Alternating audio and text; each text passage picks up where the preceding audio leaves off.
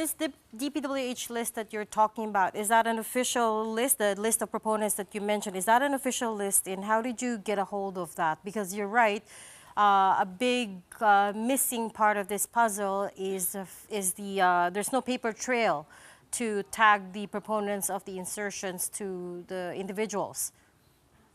It was given to me by Undersecretary Cabral. You asked her for it? In September.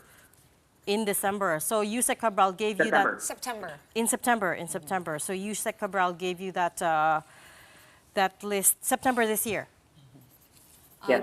Okay, were you able to talk to Undersecretary Cabral then? What did you guys discuss, if ever?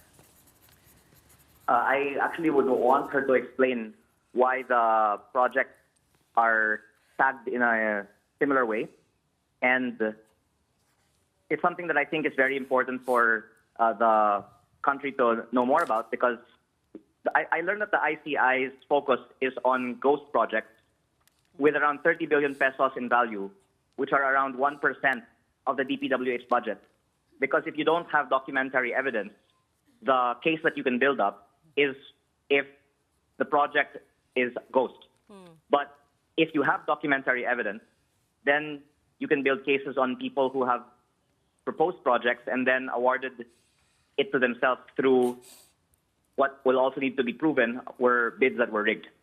And I hope that the DPWH can give the ICI access to the documents that I obtained a copy of and more that exist from previous years, so that the ICI can go beyond just investigating ghost projects and can investigate the insertions in the DPWH budget.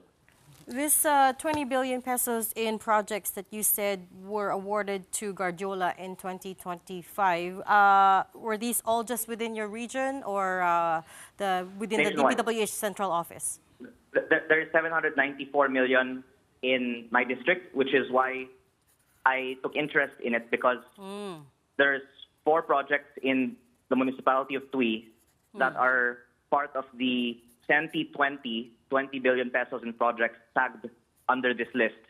And then there's 2 projects in the municipality of Calatagan, which are tagged under the leadership part of this list.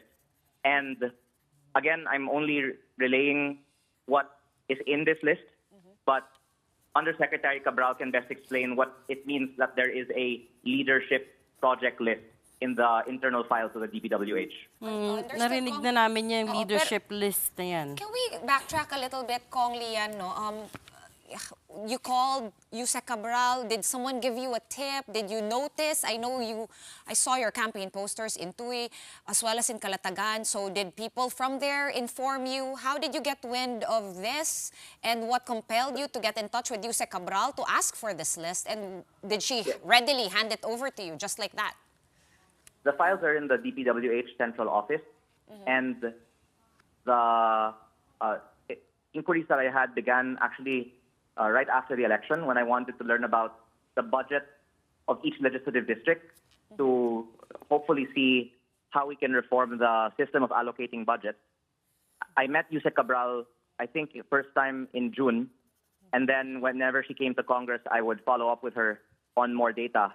And after Secretary Bonoan resigned at the end of August, I thought that there was a risk that if the list not be obtained before the departure of what are now the former officials of the DPWH, then it might forever be lost.